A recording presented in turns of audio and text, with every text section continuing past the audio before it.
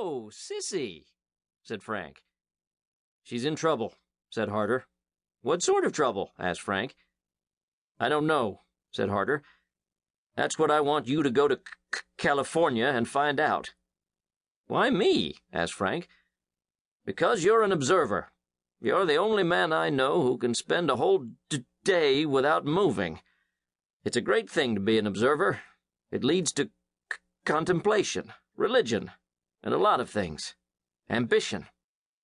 "I've thought of a schooner," Frank answered.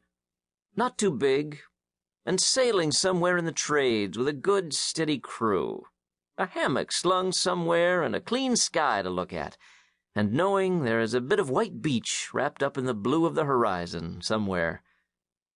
Harder was polishing his glasses furiously, as though he were trying to rub out a flaw. "You like the sea," he said, perspiring a little. "It's all right to look at," said Frank. Harder jammed on the glasses, but he used them to look out the window at the ugly city distances. "Well," he said, "you go to California and look around. If you can find out what's wrong with Cecilia, maybe we'll see about that schooner and a good, steady crew." That was why Frank arrived at the Circle C Ranch. A letter from her father had reached Cecilia before her guest. He wrote, "Dear Sissy, I'm sending Frank out for a rest.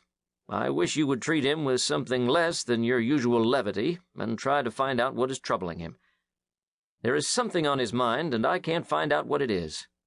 You like hard problems, and perhaps you'll be able to fathom even a contemplative brain like that of Frank's." He had an answer from her a few days later, which ran, "Dear Pops, Frank is here, and I'll try to find out what's on his mind. I never knew he had a mind, but if you've discovered one, I'll take your word for it. He spends most of his time in a handy nook which he's rigged between a live oak and a pine tree. Maybe he's contemplating, but it looks to me like sleep. It's a bit tough having a lug like Frank on one's hands, but I'll put up with him as well as I can. I've had some rotten luck. Nearly $10,000 that I sank in the hide of a pedigree bull has gone native on me and lost himself in the back country. Getting him out is like pulling tar out of your hair. He's gored 2 horses and put one of my best men in the hospital, but I'll beat the rascal if it's my last act. Sissy.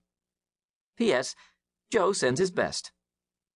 The temper of Cecilia had been short when she wrote that letter, and it grew shorter as the days went by. To Frank Quigley they were flawless and beautiful, but Cecilia neither could sleep nor eat while the great red bull wandered through the hills. He was Grand Champion Horlock's Red Thunder, and she had put in him a part of the profits of 4 years. Joe Langley had opposed the purchase, but to Cecilia the bull was a symbol of what she had accomplished on the soil, and also of the greater future that was beginning to live in her imagination. She showed her unhappiness this morning by saying, "There's Alec again, out there smashing things.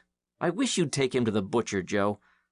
From the direction of the barn came a steady groaning and screeching of timbers. Langley finished off his coffee and wiped his mouth on the back of his hand. He went to the door and stood with arms akimbo. A life in the saddle had bowed his legs, and the blue jeans fitted them all too accurately. "Yeah, it's that damned Alec," he said. "He's pretty near got the fence down again. Give him a call. He won't pay no attention to me." She lifted her head and whistled the frown from her forehead. In that instant, the Cecilia of the Circle C was replaced by someone far more familiar to Frank Quigley.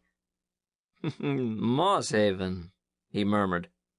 "Well, Alec heard you all right," said Langley at the door.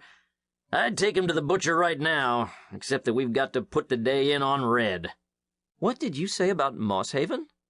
asked the girl. "You looked like the old days just then," said Frank, "when you whistled and smiled. Mosshaven, and the rocks, and the sea." "That loony steer is trying to come to you," complained Langley. "The fool's trying to break down the fence." "Shall I go let him out?" asked Frank. Langley turned and pushed back his hat. "You ain't afraid of them horns?" he asked. "No, we get on together," said Frank. He rose and